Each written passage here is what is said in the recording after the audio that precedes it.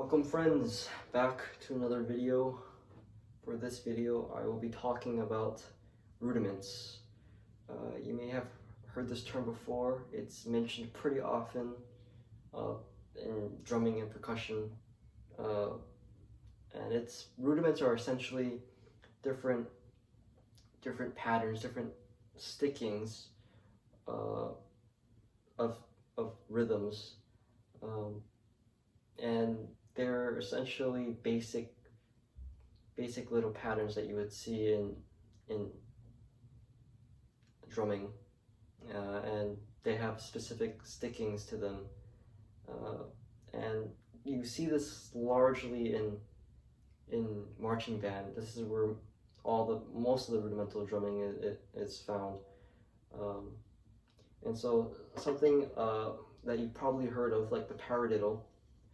It's probably the most famous rudiment, after probably the single stroke roll, which is that, or the double strokes. Double strokes are pretty popular, but the paradiddle, which is probably the most well known,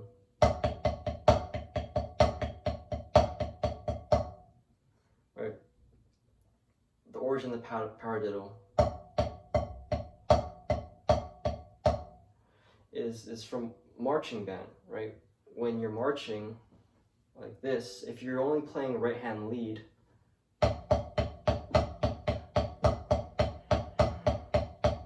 it's really odd because you're starting on your right hand and you're marching with both feet.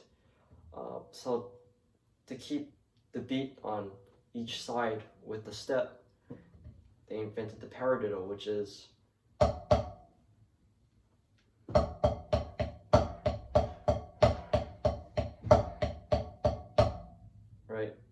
right, left, right, left, right, left, left. That always allows you to start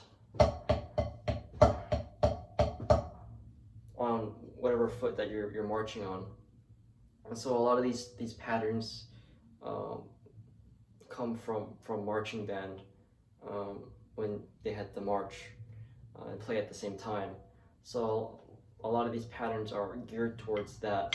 And that's not to say that they can't be used in orchestra or concert band snare drumming. Sometimes you can use them occasionally when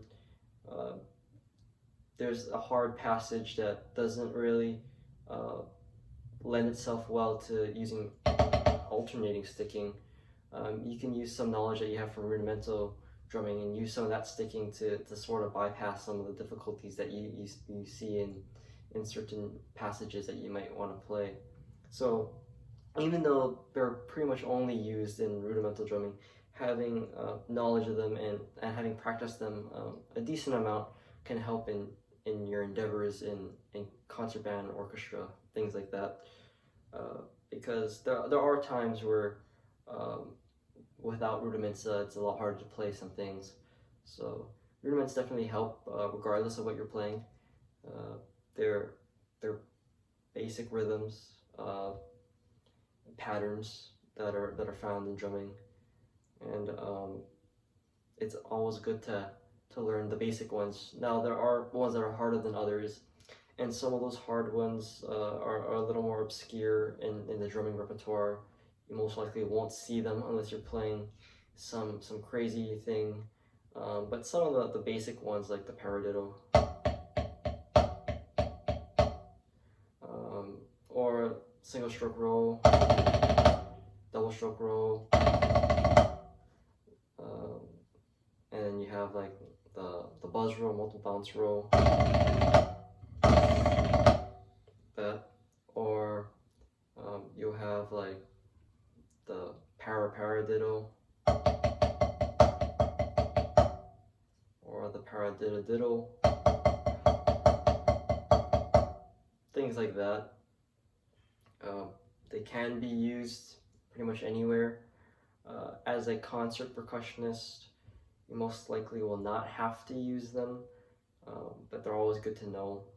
And if you're gonna move on to play drum set, they're they're pretty widely used in drum set, which is why I said they're used largely in marching band, marching percussion, um, because it is, but they have a pretty wide application in drum set.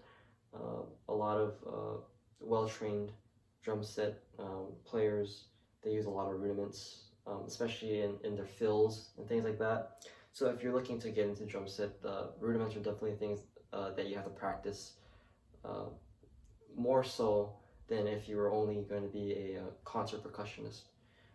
So they're definitely great to learn. Like I said, uh, there are plenty of resources out there that teach them. You can search it up online.